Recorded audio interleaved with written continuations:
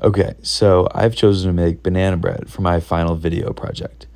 In order to make the banana bread, you'll need 3 to 4 ripe bananas, flour, sugar, eggs, vanilla and semi-sweet chocolate chips, baking soda, sour cream, butter, and vanilla extract, and secret ingredients. In this next section, I'll be recording all of the wet ingredients. So I'll be putting the butter into the pot and then mixing that in with the sugar. Then I'll be adding and beating the eggs and then adding the vanilla extract and a couple other ingredients that I can't say without ruining the secrecy of the recipe. I chose banana bread because this is the one dish that I can always remember in my life. My family goes through basically hundreds of thousands of loaves every year, and the whole family helps when we make it. I typically am the biggest help when it comes to actually eating the banana bread, but it is really fun to make it with the whole family. Specifically, my mom has crafted this recipe to what it has become today. And that family aspect is what is so awesome to me about the banana bread. Like we talked about in class, generations hand down recipes throughout future generations.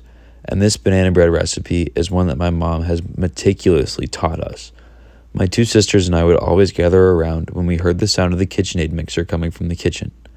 I have put banana breads in the oven by myself before, but I have never fully made a loaf of banana bread by myself, so it was definitely a little weird. I still had to call my mom when I was at the store to make sure I got everything right. I made it by myself in my dorm, and it reminded me of home. However, it was even more difficult than back home, because I was making this in my college dorm with my standard college level of amount of supplies that I had laying around. This meant that I had no large mixing bowls, but I did have different sizes of pots, and I did not realize how much more challenging mixing by hand is when you don't have the KitchenAid laying around, especially filming a few times. Not the easiest when this bread gives you some labor. I still made do with most of the ingredients, and I did it for my first time away from home. The mixing got a little bit easier in this next section when I added all of the dry ingredients in a bowl together, and I thought about our class discussions when I crushed and added the salt and saw that it said the salt was kosher. The amount of memories that I have attached with this one sweet bread that my family makes is uncountable. Every gathering we went to, every sleepover that my friends and I had, every sports trip or celebration we had, every school event we hosted, there were loaves of banana bread that were there and were fresh and warm.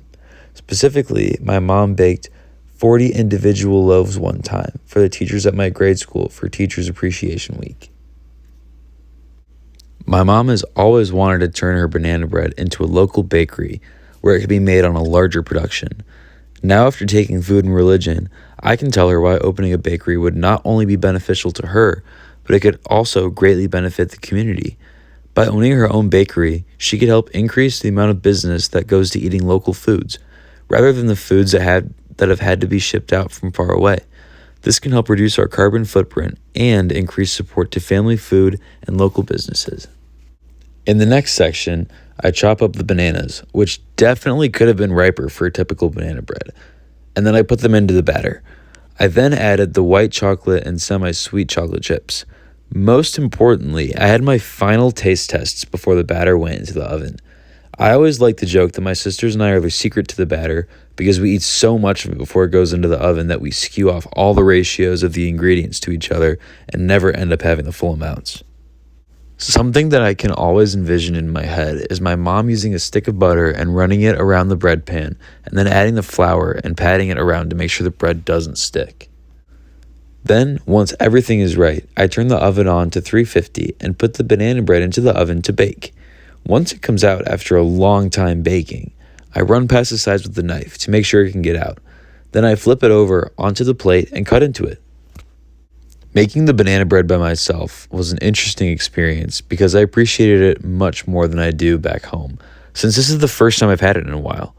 It helped me to understand how important that time is to bake it with my family and how much I cared about that. In class, this has reminded me how close food can bring people together, and has shown me that this is something that I've learned to see much more in my life, and to try to keep it going. Once the banana bread is out of the oven and is ready to be cut, the most important part of the recipe comes: sharing it. This banana bread has been a sense of community for my family throughout my life, and has been shared with so many friends, family, and strangers, and for so many occasions. So at the end of this video, I shared a piece with my roommate Julian, and texted all of my friends telling them I just made a loaf and that everyone needed to try it.